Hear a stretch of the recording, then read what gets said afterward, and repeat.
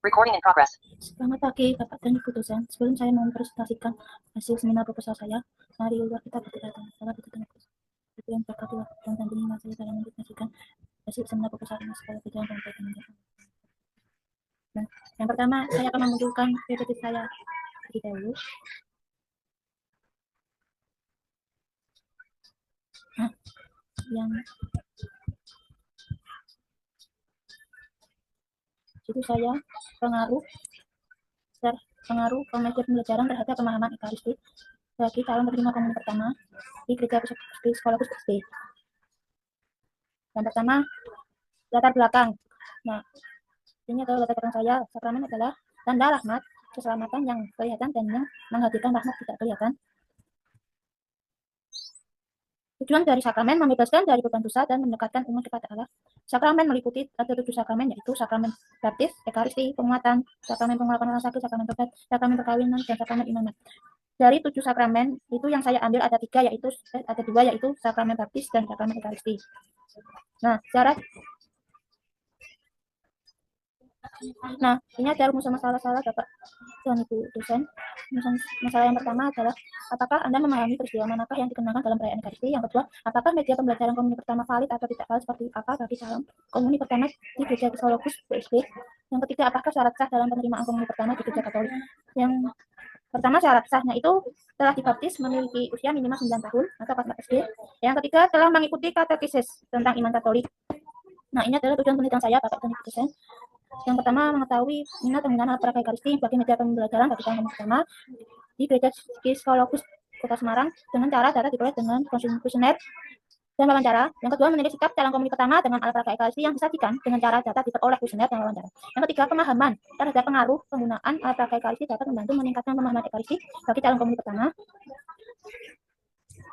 Nah, manfaat penelitian ada bagi pengajar katekes. Yang kedua, bagi calon komuni pertama. Yang ketiga, bagi katekese. Bab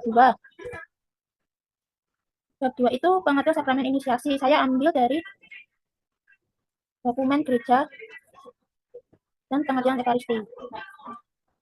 Di bab 2 ini saya akan membahas tentang kajian tentang inisiasi. Sakramen inisiasi adalah kata inisiasi dari bahasa Latin atau initiare yang berarti memasuki, masuk atau bergabung dalam suatu kelompok.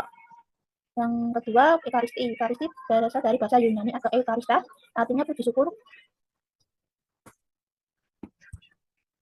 Kata Eukarista adalah sebuah kata benda dari kata kerja bahasa Yunani atau Eukaristin yang berarti memuji, mengucap syukur. Saya ambil dari kitab suci Matius bab 26 ayat 27 dan Lukas bab 22 ayat 19 sampai 20.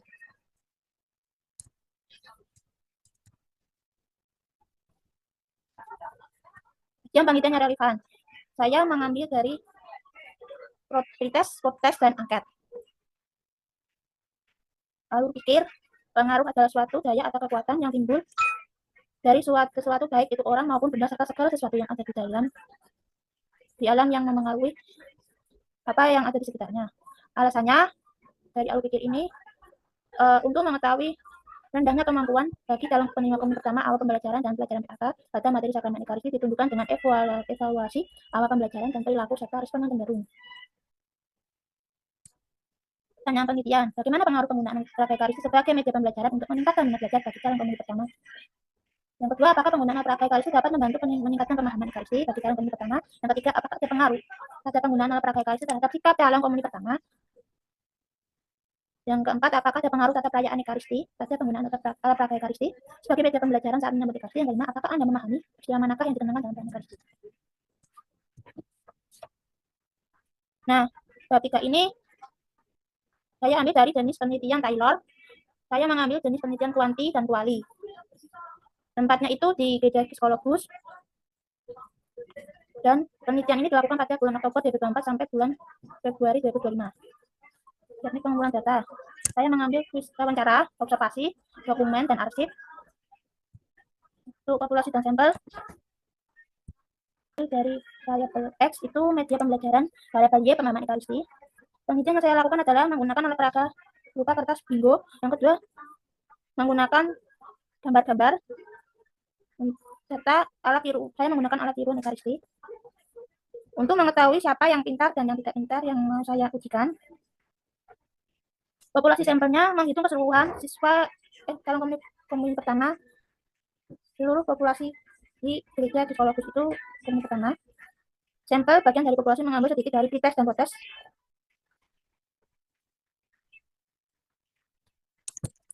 Variabelnya Y dan X tadi yang sudah saya bicarakan tentang media pembelajaran. Variabel X, variabel Y pengembangan teksti.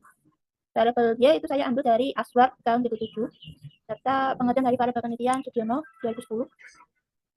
Variabel penelitian adalah suatu atribut atau sifat nilai dari orang, objek, atau kegiatan yang mempunyai variasi tertentu yang diterapkan oleh peneliti untuk dipelajari dan kemudian ditarik kesimpulannya. Ini adalah variabelnya. Uji analisis data itu saya menggunakan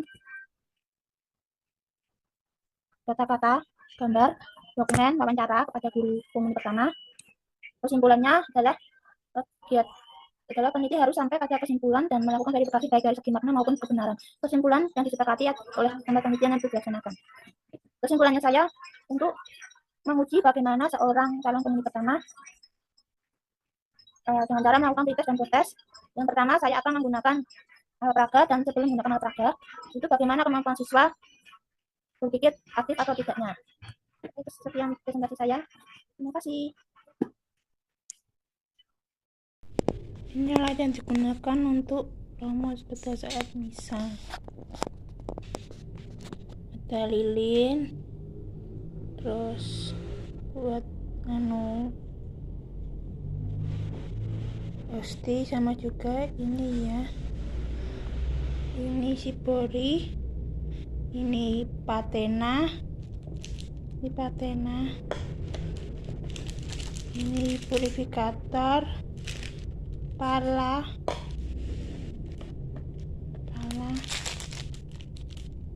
ini kain lap untuk membersihkan hosti atau tangan untuk saat dan untuk mencuci tangan. Ini lavabo, ampul,